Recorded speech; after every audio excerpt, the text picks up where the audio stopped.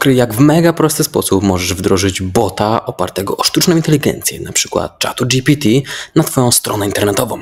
Dzięki temu możesz, tak jak tutaj masz na stronie napisane, mieć wsparcie klienta, które jest dostępne w zasadzie 24 godziny na dobę, 7 dni w tygodniu przez 365 dni w roku. Czyli cały czas, no bo jak wiadomo, boty, roboty nie mają przerwy na cokolwiek. Nikt tego od nich nie wymaga i mogą dla nas pracować cały czas. Tak więc zaczynajmy stworzenie naszego bota. Ten proces, zobaczysz, będzie naprawdę bardzo, bardzo prosty.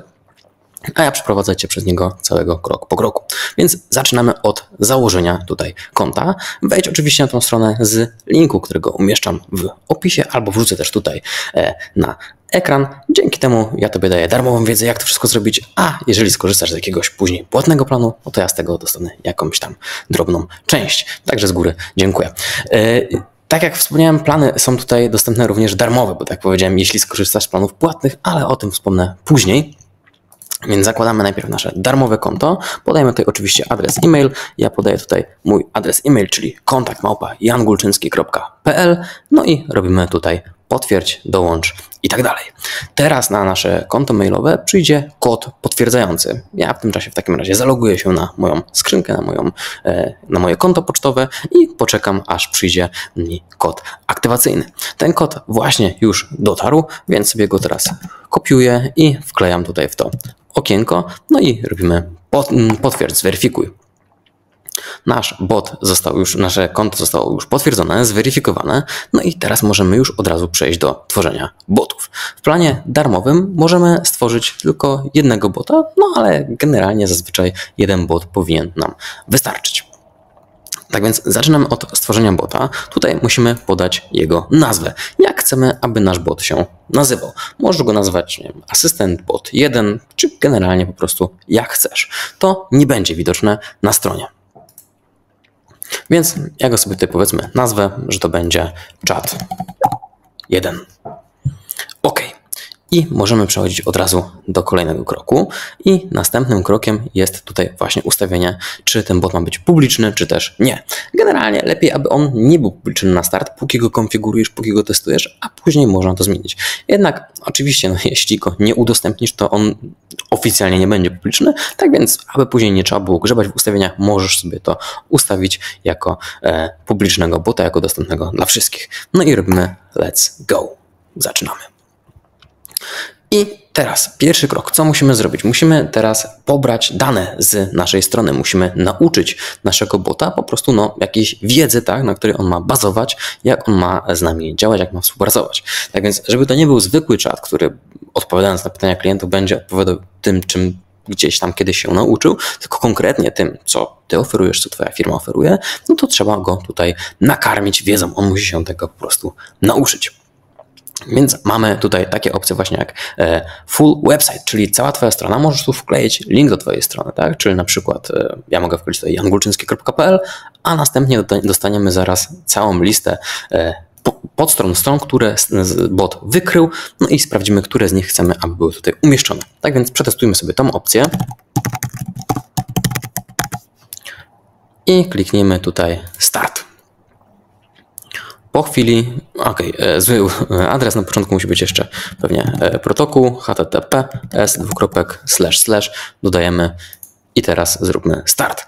Teraz wszystko powinno działać, więc możemy sobie tutaj zjechać na sam dół i po chwili powinna być lista dostępnych stron. Jeżeli one się u Ciebie z jakiegoś powodu nie załadują, u mnie wcześniej też się nie chciały do końca załadować, nie wiem z jakiego powodu, no to możemy użyć tutaj również innych alternatywnych metod. Webpage. Tutaj akurat jeżeli podamy tą opcję, no to dodamy tylko i wyłącznie jeden link, tak? Czyli trzeba byłoby ich tutaj dodawać więcej, więc będzie to bardziej dłuższy proces. Więc możemy skorzystać tutaj z opcji sitemap. Jest to mapa witryny. Jeśli masz stronę opartą na WordPressie, to taką mapę możesz wygenerować w bardzo prosty sposób za pomocą jakiejś wtyczki. Jeśli już korzystasz z jakiejś wtyczki do SEO w stylu Yoast, na przykład mojej ulubionej RankMath SEO, no to one dla Ciebie generują takie mapy, więc wystarczy po prostu znaleźć odpowiedni adres strony, a następnie go tutaj wkleić. Jak znaleźć taki adres strony? Zazwyczaj jest to Twoja strona .pl łamane i na przykład sitemap.xml albo site dolne to podkreślenie map.xml, coś w tym stylu, I tak zazwyczaj się nazywają te strony, więc wejdź i sprawdź, ja od razu zerknę w moją mapę stronę. Ok, tak wygląda moja mapa witryny. Jest ona tutaj już wygenerowana, przygotowana przez moją wtyczkę właśnie Rank Math SEO. Jeśli chcesz wiedzieć, jak to zrobić, to wrzucam Tobie link w opisie do mojego innego filmu, w którym pokazuję właśnie, jak stworzyć też taką mapę witryny, no i generalnie jak się posługiwać wtyczką Rank Math SEO, bo jeśli jej nie masz, to zdecydowanie warto ją mieć na swojej stronie WordPress. No i teraz przyjrzyjmy się tutaj dokładnie, jakie tutaj mamy opcje, tak? Czyli mamy posty na naszej stronie, mamy posty, no jest jeszcze więcej postów, tak, no bo mam bardzo ich dużo na stronie, dlatego jest ich tutaj więcej. Mamy page, czyli strony, mamy kategorie i mamy autorów. No, najbardziej sensowne dla mnie będzie strony ze stronami, tak to nazwijmy, więc wybieramy sobie ten link. I teraz widzimy wszystkie strony, jakie tutaj są na mojej witrynie. Na tym polega właśnie mapa strony. Ona ułatwia robotom, m.in. Google'a, nawigację po stronie, odnajdowanie wszystkich stron. Tak więc jeżeli gdzieś jakaś strona jest ukryta, no to właśnie tutaj możesz w łatwy sposób po mapie strony je w zasadzie wszystkie odkryć. Ok. Więc teraz co musimy zrobić, to skopiować sobie ten tutaj link, który został wygenerowany. Tak jak widzisz, tutaj jest page-sitemap.xml. I to sobie tutaj kopiujemy i wklejemy sobie tutaj w zakładce Sitemap. I wklejamy. Zanim to jeszcze zrobimy, to zobacz, mamy tu jeszcze inne możliwości. Możemy nauczyć naszego bota również z PDF-a, tak? Więc na przykład jeśli masz, załóżmy jakąś unikalną dokumentację, bo powiedzmy sprzedajesz, stworzyłeś jakiś produkt, jakieś maszyny dla swoich klientów, czy oprogramowanie, no i tej wiedzy, no nie wiem, nie ma na Twojej stronie, nie ma w Twoich artykułach, bo jest to jakaś specyficzna, szczególna wiedza, to możesz go tutaj nauczyć właśnie na podstawie swoich PDF-ów, czy też swoich książek, jeżeli chcesz. Word dokument, no to samo co w przypadku PDF-ów i inne arkusze kalkulacyjne i tak dalej. Co ciekawe, możesz tu także użyć na przykład YouTube'a. Ja tej opcji jeszcze nie testowałem, ale jeżeli chcesz, no to możesz, jeżeli prowadzisz kanał na YouTube, oczywiście go w taki sposób nauczyć. Ok, importujemy tutaj analizujemy naszą mapę strony, aby przemylił nasze podstrony. I tak widzisz, tutaj wszystko już jest pomyślnie, wyświetlają nam się strony, które udało się załadować, które udało się wykryć. Warto sobie tę listę przejrzeć z różnych powodów, bo na przykład może się to znajdować regulamin czy coś w tym stylu, a możesz nie chcieć, żeby te dane były po prostu przetwarzane przez bota. Dlaczego nie? No, po pierwsze, bot będzie odpowiadał na podstawie tych danych, które zbierze, więc może to powodować potencjalne błędy. Na przykład jak ktoś Cię zapyta, no nie wiem, jaki jest adres dostawy, bo może klient myśleć na przykład, że rozmawia z kimś, kto wie, jakie on złożył zamówienie i czy sprawdza, czy podał poprawny adres dostawy, no a bot wtedy wyciągnie z regulaminu i poda ten adres, nie? No co będzie mogło powodować jakieś tam potencjalne problemy. Jednak generalnie warto, żeby tutaj, no im więcej danych, to zazwyczaj jest lepiej, ale warto mieć na uwadze inne też rozwiązania. Dobra, więc przejrzymy sobie wszystkie tutaj, jakie mamy opcje. W zasadzie większość to są moje strony z moją ofertą, z moimi rozwiązaniami. W przypadku postów to była wiedza, tak? Czyli to, czym ja się dzielę na moim blogu, czy to będą jakieś porady związane ze sztuczną inteligencją, stworzeniem stron na WordPressie, czy też inne wskazówki, porady. No to właśnie na ich podstawie mógłby bot odpowiadać. Ale my chcemy, aby odpowiadał typowo do oferty, bo jak ktoś będzie chciał czegoś poszukać, to może sobie znaleźć artykuł po prostu za pomocą szukajki, tak? A tu chcemy ułatwić kontakt moim potencjalnym klientom, którzy potrzebują jeszcze jakiegoś lepszego wsparcia. Ok, więc tak jak widzisz, mamy na przykład polityka prywatności plików cookies, to możemy sobie wykluczyć, bo to nie będzie nam tutaj potrzebne. A co jeszcze tutaj ważne dodatkowo, to aby nauczyć takiego bota, mamy pewien limit znaków, który możemy wykorzystać. W planie darmowym jest tu, jak dobrze pamiętam, 500 000 albo 50 000, tutaj do góry było gdzieś napisane, albo nie jest napisane. Na innej zakładce będzie napisane, jaki mamy tutaj limit. Więc też nie możemy tu podłączyć wszystkich stron, więc tym bardziej warto przeanalizować, jakie możemy tutaj strony dodać, tak? Kontakt, możemy też wyrzucić kontakt, bo nie musi się on uczyć danych kontaktowych ode mnie, bez sensu, żeby je analizował. Ja go później nauczę, jak ma dawać do mnie informacje kontaktowe, więc to możemy sobie również pominąć. Reklama strony www to też możemy wypominać, bo ja pamiętam, co to są za strony. To nie są koniecznie jakieś super strony, to są takie strony, które przekierowują dalej, więc to możemy sobie tutaj odznaczyć. Niestety nie udało się, to też możemy wyrzucić, bo to nie jest strona, która jest nam tutaj potrzebna. Dobra, wszystkie inne pozostałe strony będą tutaj nam przydatne, więc możemy sobie zrobić tutaj od razu save. Klikamy sobie w ten przycisk save albo w ten duży, zaraz zobaczymy, który będzie nam lepiej działał. OK. Wszystko przemieliło, wszystko jest w porządku. No i przechodzimy do kolejnego kroku. Tak jak widzisz, ten proces jest tutaj banalnie prosty, bo wszystkie strony się automatycznie uruchamiają kolejno i po prostu trzeba tutaj pouzupełniać odpowiednie pola. Title. Jaką chcemy mieć tutaj nazwę naszego bota, nazwę okienka. Jeżeli chcesz ją wyświetlać, to ją podaj, jeżeli nie chcesz, to nie podawaj. Nazwa okienka, nie wiem, czy tutaj jest miniaturka, nie ma miniaturki, więc jej nie podejrzymy. Ale, jest, przepraszam, tutaj jest, załadowało się, ale nie ma chyba okienka. Tak, bo to jest nasz podgląd bota, ale nie ma nazwy okna. Dobra, chyba że ją podamy i się wtedy tutaj wyświetli. Coś dziwnego się napisałem, ale dobra. Dobra, nie wyświetla się. To znaczy wyświetliło się, ale nie tak jak powinno. Tutaj wtedy jest taka ładniejsza ramka. Chodzi o to, żebyś wiedział, gdzie się wyświetla nagłówek. Więc jeżeli podasz sobie ten tytuł, to on będzie tutaj na samej górze, tak, nad czatem. Więc możesz tu podać coś w stylu na przykład asystent twojej strony, tak, czyli asystent sklepu internetowego, wirtualny asystent, co tam generalnie chcesz. Ja podam tutaj na przykład rozmowa z konsultantem, tak.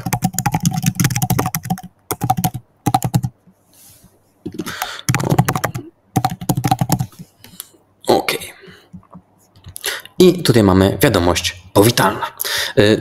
Domyślnie jest tutaj wiadomość po angielsku. Ty możesz sobie tutaj spokojnie pisać po polsku. Później ci pokażę, jak zrobić, aby bot działał właśnie w języku polskim. Pomimo tego, że nie ma bezpośredniego przełącznika tutaj na język polski, ale my to rozwiążemy spokojnie. Więc napiszmy na przykład: cześć, jestem Wiola, niech będzie na przykład wirtualna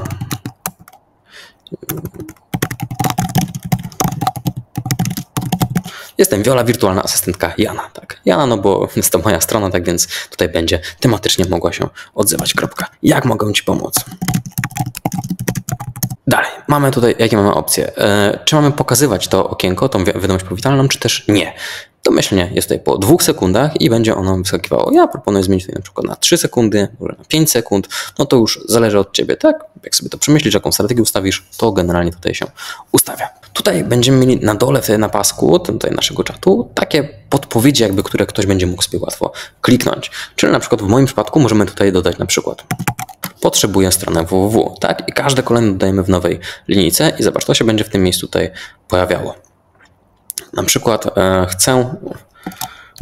chcę przebudować stronę. Potrzebuję wsparcia SEO. Potrzebuję wsparcia SEO, na przykład te 3 na początek powinno tutaj wystarczyć. Przebuduj stronę www, potrzebuję wsparcia i tak dalej. No to już nam się pojawia, tu mamy do wyboru, tak? Jeżeli ktoś chce, to będzie mógł sobie po prostu w to kliknąć i wtedy czat zacznie z nim w ten sposób rozmawiać. Lecimy dalej. Placeholder, czyli to będzie tutaj właśnie to na samym dole, co ma się tutaj pojawiać w tym miejscu. Więc możemy tutaj na przykład wpisać: podaj treść wiadomości. Albo napisz wiadomość. Tak, tutaj napisz wiadomość i to jest dokładnie w tym miejscu. To oczywiście pole nie jest obowiązkowe, możesz tutaj napisać, co chcesz. Lead collection, czyli czy chcesz zbierać kontakty, tak, od ludzi, którymi właśnie którzy rozpoczynają czat, czy chcesz, aby zbierało do nich dane kontaktowe. Jeżeli chcesz, to sobie to pole zaznacz i zobacz, mamy tutaj wtedy trochę więcej możliwości. Co ma się wyświetlić? No to pozostańmy w kontakcie na przykład, tłumacząc to na przykład na polski, tak.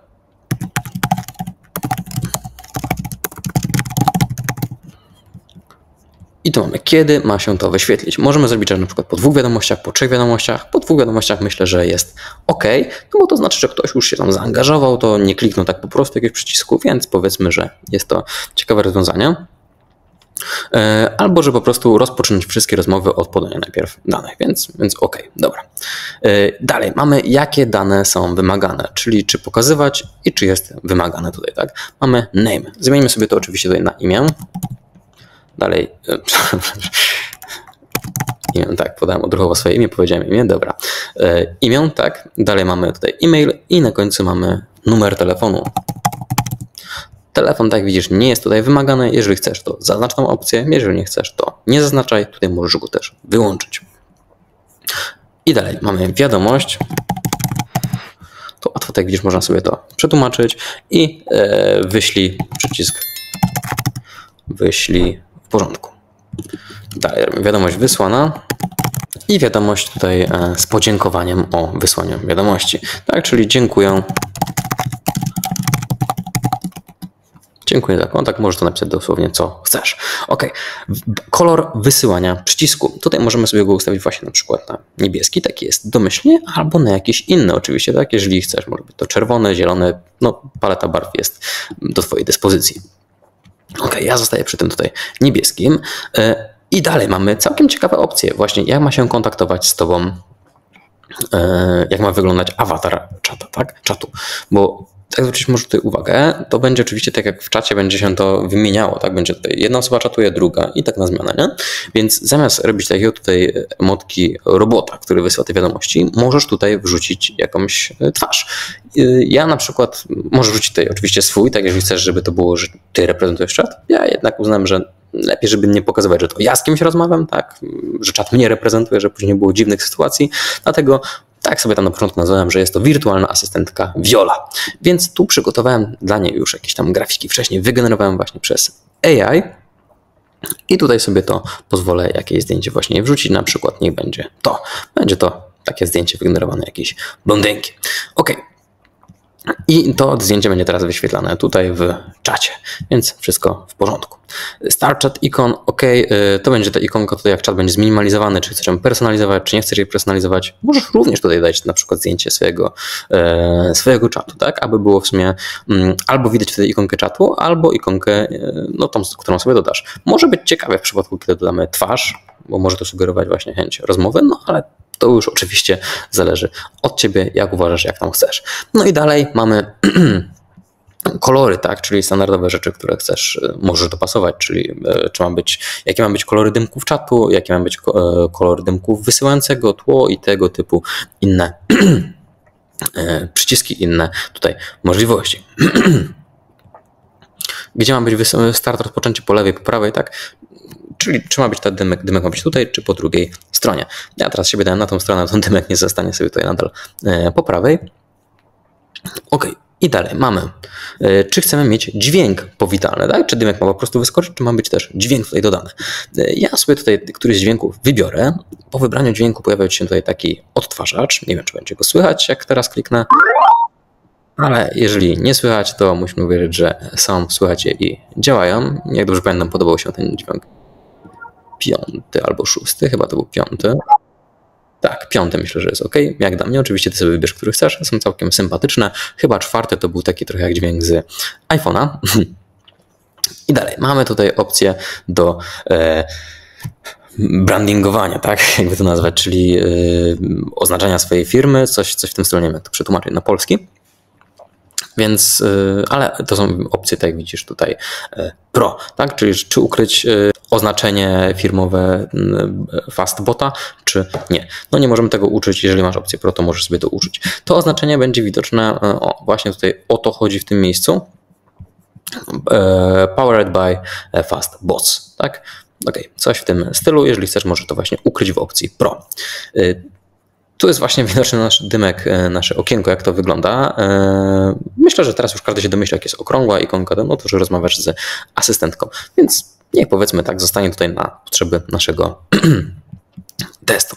Custom branding. No to tak samo jak w przypadku wcześniejszej wersji, musimy mieć wersję Pro, aby to ustawić, czyli własne tagowanie znakami firmowymi, coś w tym stylu.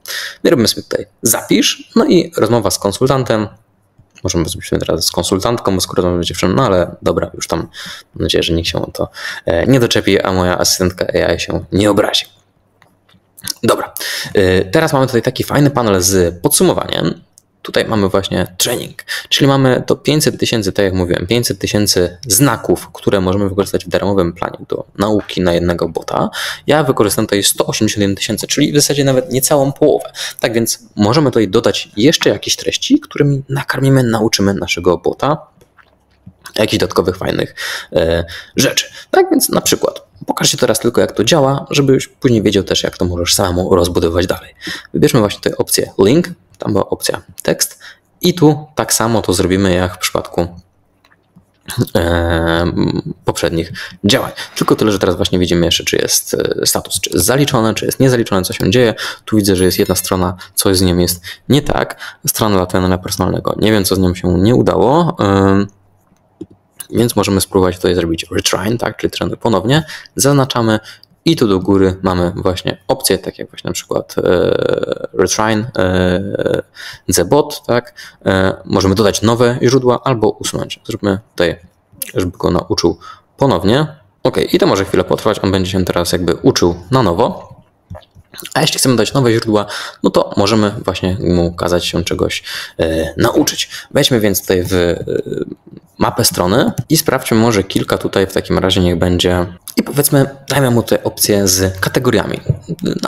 Moich artykułów będzie tutaj za dużo, żeby ich tego wszystkiego nauczyć, ale właśnie na przykład kategorii może się nauczyć, tak? Jeżeli przeczyta te kategorie, to będzie mniej więcej wiedział, o co chodzi. Podejrzewam, że zeskanuje również najnowsze jakieś tam wpisy z ich zajawkami, więc będzie mógł się do nich jakoś tam odnosić. Więc kopiujemy sobie ten link do kolejnej mapy strony i wrzucamy go tutaj. OK, chyba już się udało. Tak, została ponownie przetworzona strona trenera. Jest OK, a nie, jeszcze się przetwarza. Dobra, OK, mniejsze. Dodajemy nowy link, robimy dodaj. Wybieramy tutaj, tak jak wcześniej, sitemap, wklejamy link, robimy start, no i oczywiście musimy znowu chwileczkę poczekać, aż zostanie to zebrane, przetłumaczone. I po chwili powinny nam się pojawić wyniki. Dobra, mamy wyniki naszych tutaj podstron, wszystko jest OK, robimy sobie tutaj zapisz i sprawdźmy, czy teraz wykorzystamy te limity, czy ich nie wykorzystamy, są one przetwarzane. Dobra, my możemy w tym czasie przejść do kolejnej zakładki, którą chciałbym Tobie tutaj pokazać. Przy okazji, jak już zerknęliśmy w lewe boczne menu, to możemy zobaczyć właśnie, jak to wygląda tutaj. Czyli mamy przegląd ogólny naszego bota, tu możemy go sobie przetestować, tak? Czy właśnie możemy zrobić, potrzebuję stronę www, czy coś w tym stylu i zacząć z nim rozmawiać. Dalej możemy zobaczyć historię czatów, czyli to, historię kto z kim tam kiedyś wcześniej rozmawiał. Dalej mamy leady, czyli to, co zostało zebrane po aktywowaniu tej opcji, którą wcześniej włączyliśmy. No i możemy zerknąć teraz dalej na kolejne pozostałe opcje. I tak, dalej mamy tutaj opcję właśnie uczenia naszego modelu, tak? Czyli możemy dodawać linki, możemy dodawać tekst, który ma się nauczyć, a możemy także dodawać Q&A. Dodajmy sobie kilka tutaj pozycji Q&A i zrobimy to w bardzo prosty sposób. Po prostu zrobimy tutaj add, a następnie dajemy question. Powiedzmy takie popularne pytanie, które się pojawia w mojej branży, czyli na przykład ile kosztuje strona internetowa. A w tym polu poniżej answer podajemy swoją odpowiedź. Koszt stworzenia strony internetowej zależny jest od wielu czynników, m.in. projektu, zaawansowania także dodatkowych komponentów. Ogólny cennik znajdziesz na mojej stronie internetowej w zakładce projektowanie stron internetowych, a jeśli potrzebujesz indywidualnej wyceny, skontaktuj się ze mną. Mamy fajnie zrobione i tak samo może dać kolejne pytania, tak? Ile kosztuje coś tam, ile trwa dostawa i inne tego typu pytania, najczęściej zadawane przez Twoich klientów. Pamiętaj po zrobieniu tego wszystkiego, aby tutaj na dole kliknąć przycisk zapisz, musimy tutaj zjechać i znaleźć go właśnie, jest tutaj save. OK, powinno być już teraz zapisane i możemy sobie skakać do kolejnej opcji. Tune AI to jest tutaj bardzo ważna opcja i właśnie to będzie już ostatnia rzecz, którą sobie dzisiaj przejrzymy, no i zaraz potem będziemy tylko udostępniać naszego bota, będziemy go instalować na naszej stronie internetowej.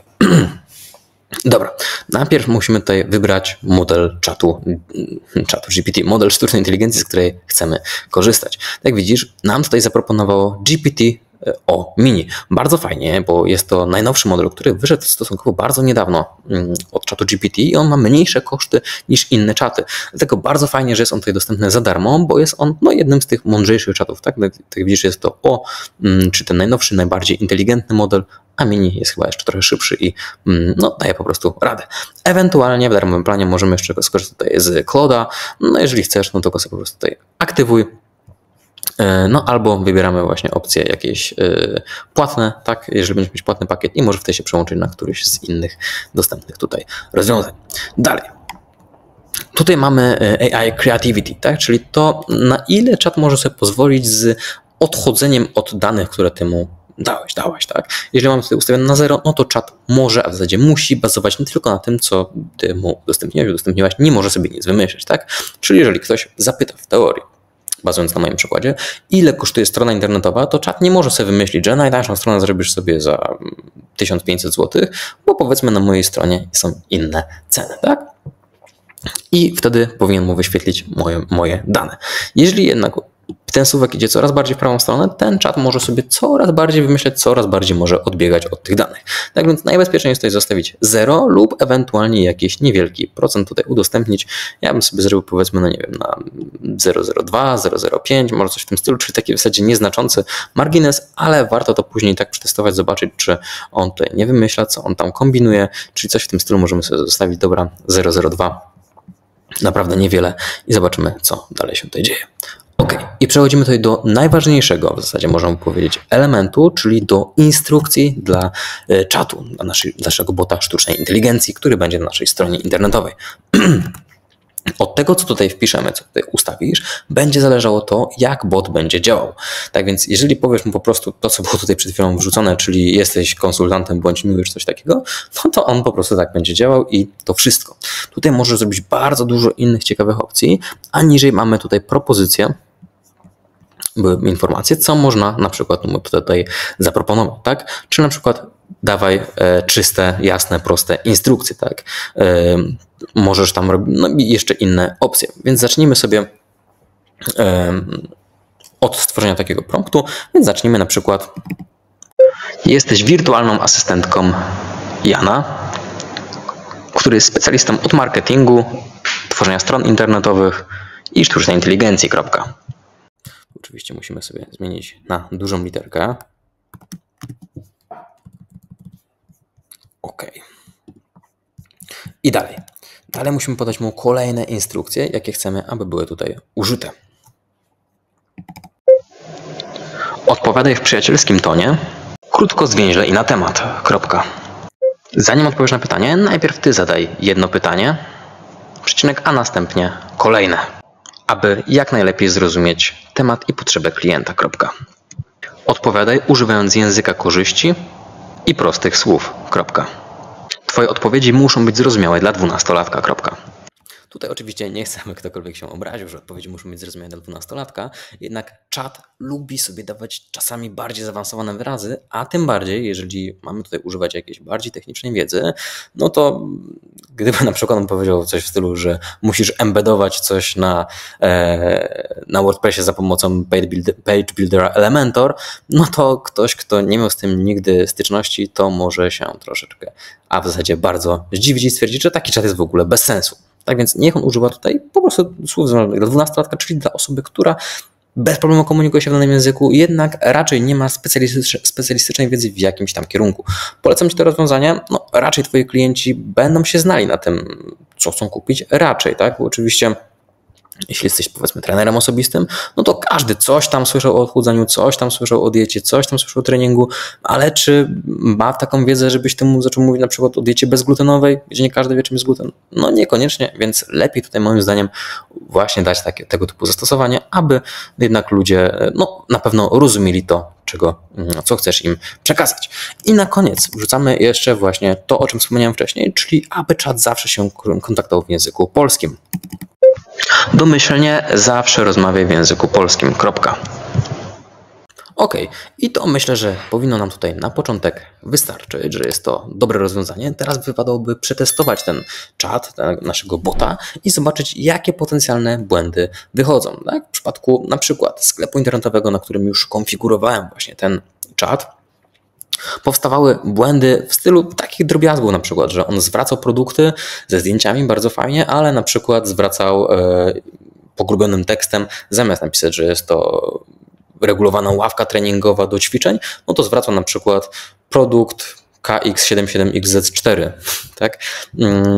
Co no, psuje po prostu efekt. Dlatego trzeba było wtedy dopasować tutaj prompty. Więc jeżeli będziesz mieć tego typu rozwiązanie, jeżeli masz sklep internetowy, na którym będziesz to wdrażać, no to później właśnie podczas testów wróć sobie tutaj do zakładki po wykonaniu testów, właśnie tej zakładki tutaj, gdzie była tutaj z boku, Tune AI i doprecyzuj prompty, tak, aby czat rozumiał Cię jeszcze lepiej, aby lepiej mógł się zachowywać. Czyli na przykład używaj dokładnie tych tytułów, które są podane jako tytuły produktów, na przykład, tak? Albo zawsze wyświetlaj 3 grafiki, tak? On zazwyczaj wyświetla tam domyślnie 2, jak dobrze pamiętam.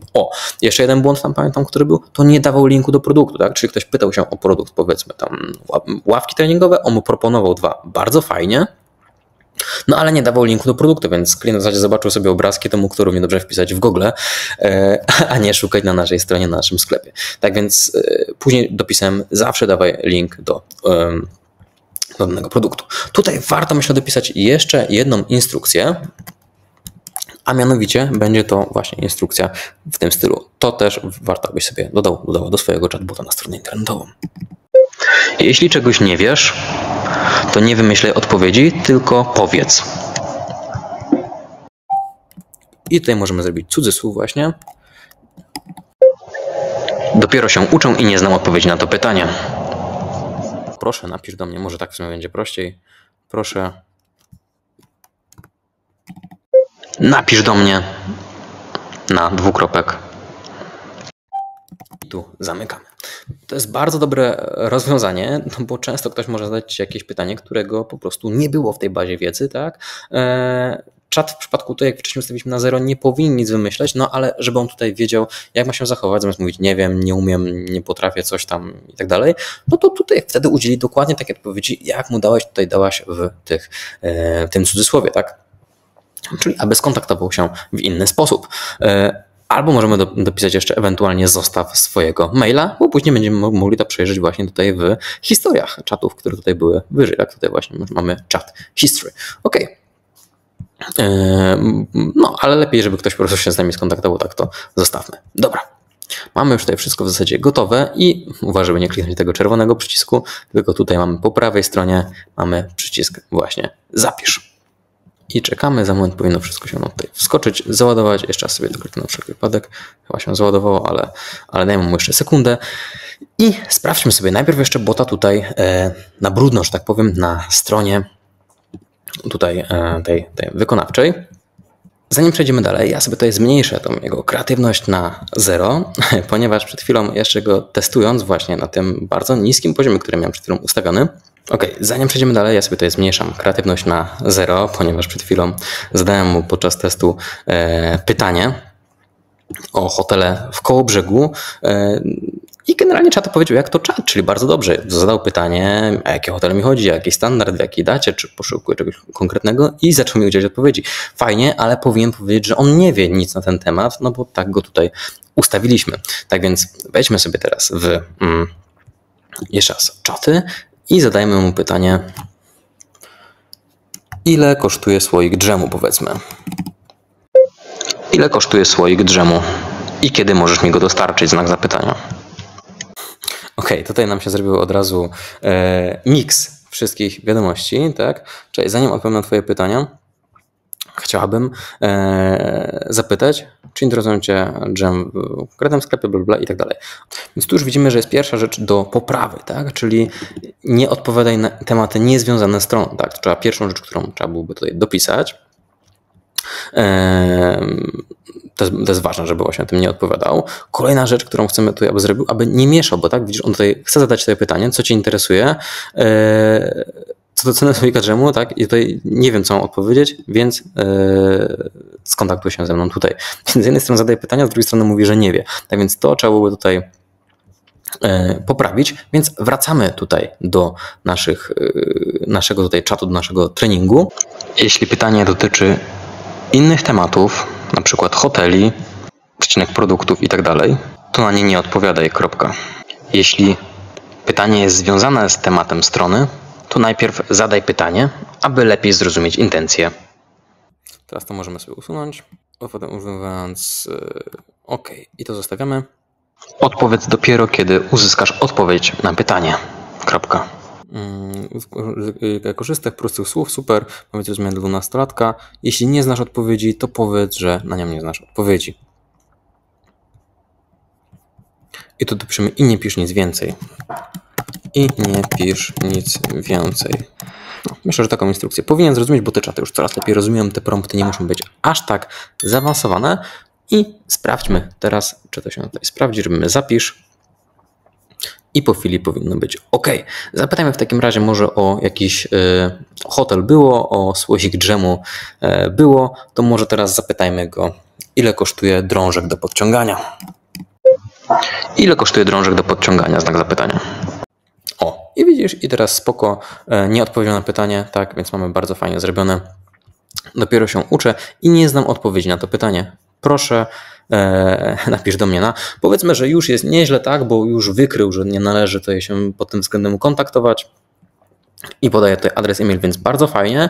Jednak myślę, że można było bardziej popracować nad tymi promptami, aby po prostu nie udzielał odpowiedzi na tego typu pytania, no bo w tym momencie ktoś może się chcieć kontaktować ze mną tutaj pod tym adresem, tak? Ile kosztuje ten drążek, kiedy będzie jego dostawa i tak dalej, pomimo tego, że ja tutaj tego nie oferuję. Ok, dalej warto się zastanowić tutaj nad tym całą kompozycją, jakie tutaj mamy ustawione opcje z zbieraniem tych leadów, czy to jest właśnie potrzebne, jeżeli udostępniamy tutaj mail kontaktowy i tak dalej, ale to już pozostawiam Tobie do oceny. Teraz przejdźmy do tego, jak umieścić w ogóle taki czat na swojej stronie internetowej. Jest to stosunkowo proste, już Ci pokazuję, jak to robimy. Przechodzimy w lewym bocznym panelu tutaj właśnie do zakładki Embed and Share i zobacz, jak tutaj działa. Pierwszą opcję mamy właśnie do dodania naszego skryptu. Druga opcja to będzie tutaj iframe, ale my użyjemy tej tutaj pierwszej opcji.